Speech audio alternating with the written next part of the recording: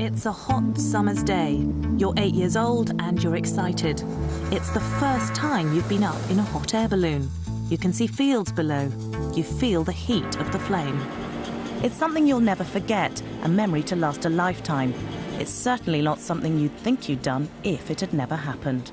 Psychologists at Victoria University in Wellington are finding out just how easy it is to implant false memories using digitally altered photographs. There's nothing sinister about what they're trying to do. They're just trying to get to the bottom of how memory works. It's the first time anyone's investigated the power that digital technology has to change what we remember, and the results are remarkable. It seems like the stuff of science fiction.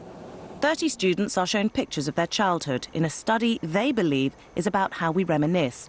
In fact, it's testing how vulnerable their memories are.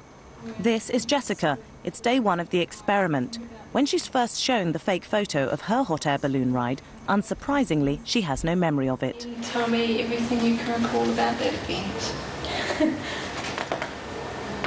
Absolutely nothing. By the end of the week, she believes she's been in a hot air balloon. But the psychologist knows it's something she's never done. I think we're all done on the platform. In fact, she's being deliberately tricked. What we've been doing is showing people a selection of photographs from their childhood. 4 photographs. 3 of them are true, and 1 of them is fake. So the 3rd photograph in the booklet always depicts a subject and another family member taking a hot air balloon ride. But they've never actually been on that ride? No, we know that for a fact. We interview them 3 times over the course of a week, and by the time they get to the 3rd interview, just a week later, half of them, 50% of our sample, believes they've been on a hot air balloon ride. 50% is much higher than Marianne Gary and her team ever expected. Even the students that don't remember the hot air balloon ride believe the photos are real.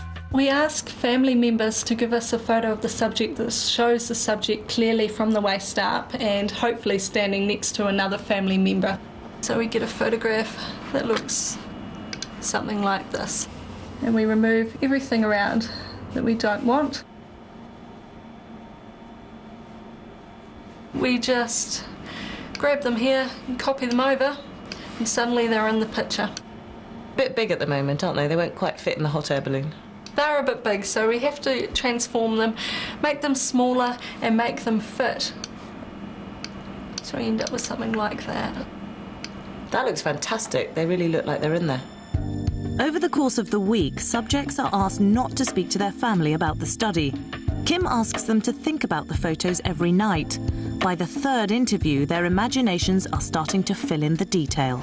Picture myself walking onto the balloon as if I was actually there, and I ended up getting a picture of some kind of platform. I remember looking up at the gas and the balloon proper, so I just sort of remembered stuff like that, and also looking down at sort of the patchwork on the ground because we were quite high up. Contrary to what we believe, memory does not work like a tape recorder. Our memories are not recorded and stored faithfully in the back of our heads and then played back like on a video recorder. Memories aren't permanent. They're a reconstruction, a blend of imagination and fantasy and things that you might hear about or think about afterwards, and also, like in our case, a photograph. What kind of implications does this have? One of the implications is that if you remember something and you report it with great confidence, great detail, and it's very vivid and clear, got a lot of emotion, doesn't necessarily mean it really happened. What kind of reaction do you get from people when you tell them this event didn't happen at the end of the week?